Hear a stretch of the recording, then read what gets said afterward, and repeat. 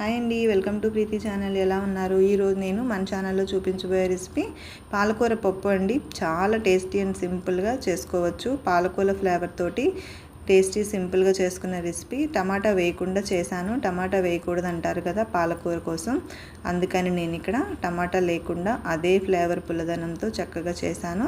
మీరు కూడా ఒకసారి ట్రై చేయండి. కమ్మగా 4 ముద్దలు ఎక్కువే తింటారు. ఈ రెసిపీ కోసం 1 కప్పు కందిపప్పు, 1 కప్పు పెసలు తీసుకోవాలి. పెసరపప్పు అండి. ఈ రెండింటిని శుభ్రంగా మిక్స్ చేసుకొని వాటర్ వేసి శుభ్రంగా కడిగేసుకొని 2 టైమ్స్ దాంట్లో కాస్త పసుపు వేసి కుక్కర్ మూత పెట్టి ఒక 4 అయితే విజిల్స్ రానిచ్చుకోవాలి. 4 విజిల్స్ వస్తే సరిపోతుందండి. చూడండి, వాటర్ ఎక్కడ చక్కగా కరెక్ట్గా పట్టింది. ఇప్పుడు దీంట్లో రుచికి సరిపడా సాల్ట్ వేసుకొని పప్పు మొత్తం మెదిపేసుకోవాలి. మనం అచ్చు ముద్దపప్పుకు మళ్ళీ మెదుపుకోవాలి. మీకు వాటర్ ఉంటే కనుక వాటర్ స్ట్రెయిన్ చేసుకొని మెదపండి. నేను ఇక్కడ మొత్తం మెత్తగా మెదిపిన తర్వాత కొంచెం వాటర్ యాడ్ చేసుకుంటూ మెదుపుకోవాలి. అప్పుడు కొంచెం పప్పు అనేది మనకి తేటగా వస్తుంది. చూసారు కదా, ఇట్లా కొంచెం వాటర్ యాడ్ చేసుకున్నాక ఇక్కడ పప్పు అనేది ఉండలుగా లేకుండా కలుపుకోవాలి. ఇలా కలిపేసుకొని పక్కన పెట్టుకోవాలి. ఇప్పుడు వేరే కడాయిలో పప్పు తాలింపుకు సరిపడా ఆయిల్ యాడ్ చేసుకొని 4 స్పూన్లు యాడ్ చేసుకోవాలి. ఒక 2 నుంచి 3 వరకు ఎండుమిర్చి గిల్లు వేసుకోవాలి. అట్లానే 1 స్పూను జీలకర్ర యాడ్ చేసుకోవాలి. నెక్స్ట్ పప్పు దినుసులు వేసుకోవాలి. మినపప్పు కానీ శనగపప్పు కానీ యాడ్ చేసుకోవచ్చు. ఆవాలు 1 స్పూను యాడ్ చేయాలి. ఇప్పుడు కరివేపాకు కూడా కొంచెం ఎక్కువగానే యాడ్ చేశాను నేను. ఇవన్నీ కూడా ఫ్రై చేసుకోవాలి. తాలింపు అంతా కూడా మంచిగా ఫ్రై అవ్వాలి. చూసారుగా, తాలింపు అంతా ఫ్రై అయిన తర్వాత ముందుగా నేను ఇక్కడ 3-4 పచ్చిమిర్చి, అంటే పచ్చిగా వేసుకోలేదు, పండుగా ఉన్న మిరపకాయలను వేసుకున్నాను. అవైతే కలర్ బాగుంటుంది, చూడటానికి కూడా కారం కూడా బాగుంటుంది. ఇందులో ఒక చిన్న సైజు ఉల్లిపాయ సన్నగా కట్ చేసుకోవాలి. ఒక 5-6 వెల్లుల్లి రెమ్మలను కచ్చాపచ్చామని దంచి వేసుకోవాలి. ఇప్పుడు అన్నీ కూడా బాగా ఫ్రై చేసుకోవాలి. పచ్చివాసన లేకుండా పచ్చివాసన పోయే వరకు ఫ్రై చేసుకోవాలి. వెల్లుల్లి కూడా మంచిగా ఫ్రై అయితే పచ్చివాసన ఉండదండి. చూసారు కదా, ఇట్లా వెల్లుల్లి కూడా బాగా నొక్కుతూ కలుపుకున్నామంటే ఎక్కడన్నా గట్టిగా ఉంటే వెల్లుల్లి చక్కగా ఫ్రై అవుతుంది. ముక్కలన్నీ కూడా చక్కగా ఫ్రై అవ్వాలి.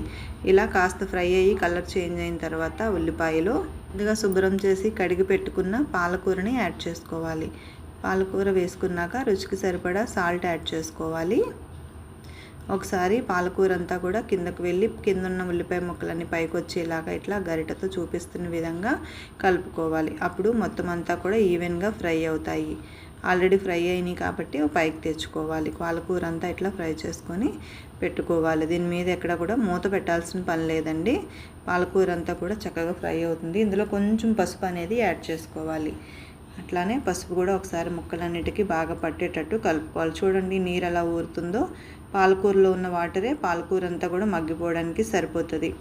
పాలకూర డైరెక్ట్గా పప్పులో వేసామనుకోండి అదొక రుచి వస్తుంది, కానీ ఇట్లా ఫ్రై చేసి వేస్తే చాలా టేస్ట్ అనేది బాగుంటుంది. పాలకూర అంతా కూడా కలర్ చేంజ్ అయింది కదా, ఇట్లా మొత్తం అంతా కూడా మెల్ట్ అయింది. ఇలా మెల్ట్ అయిందా లేదో చూసుకున్నాక ముందుగా మెదిపి పెట్టుకున్న పప్పు మిశ్రమాన్ని యాడ్ చేసుకోవాలి. పప్పు అంతా కూడా పాలకూర అబ్జర్వ్ చేసుకునేటట్టు కలుపుకోవాలి. నేను ఇక్కడ కారం అనేది యాడ్ చేయలేదండి, పచ్చిమిర్చి కారాన్ని యూస్ చేశాను. మీరు కావాలంటే కారం యాడ్ చేసుకోవచ్చు. ఇందులో కొంచెం చింతపండు వాటర్ యాడ్ చేసుకోవాలి. ఎక్కువ కాదండి, చింతపండు జస్ట్ మనం పప్పులో వేసేదే. కాస్త వాటర్ వేసేయమనుకోండి వాటర్ నానుతుంది. ఆ తర్వాత చింతపండుని ఆ వాటర్తో సహా వేసేసేయాలి. ఇప్పుడు పప్పు మొత్తం ఇలా గరిటెతో బాగా కలుపుకోవాలి. ఇంగ్రీడియంట్స్ అన్నీ కూడా బాగా కలిసేటట్టు. పొయ్యి మీద చక్కగా ఉడుకుతుంది కదా పప్పు. ఇప్పుడు దీన్ని మనం కొంచెం హై ఫ్లేమ్లో పెట్టుకొని జస్ట్ ఒక పొంగేటట్టు ఒక మరుగు మరగనిచ్చుకోవాలి. చూసారుగా, ఒక మరుగు మరుగుతుంత బబుల్స్ వస్తున్నాయి. ఇట్లా అంతా కూడా ఒక మరుగు మరిగితే సరిపోతుంది. ఎక్కువ మరగాల్సిన పని లేదండి. పాలకూరలో ఉన్న ప్రోటీన్స్ అన్నీ వేస్ట్ అవుతాయి. ఎక్కువసేపు ఉడకాల్సిన పని లేదు. మొత్తం అంతా కూడా ఇట్లాగా జస్ట్ ఇలా ఉడికింది అంటే సరిపోతుంది. ఇప్పుడు స్టవ్ ఆఫ్ చేసేసుకొని మనము వేడివేడి అన్నంలో వేసుకొని నెయ్యి వేసుకొని తింటే ఆహా అనాల్సిందే. మనం వడ్డించితే తినేవాళ్ళు, చిన్నపిల్లల దగ్గర నుంచి పెద్దవాళ్ళ వరకు నచ్చలేదు అన్న సమస్య ఉండదు. పాలకూర ఏ ఆకుకూర వేసామో కూడా చెప్తారు, అంత బాగుంటుంది ఫ్లేవర్ అనేది. మీరు కూడా ట్రై చేయండి ఈ రెసిపీ ఒకసారి. మీకు ఎలా అనిపించిందో కామెంట్ చేయండి friends. Thank you for watching. Thank you.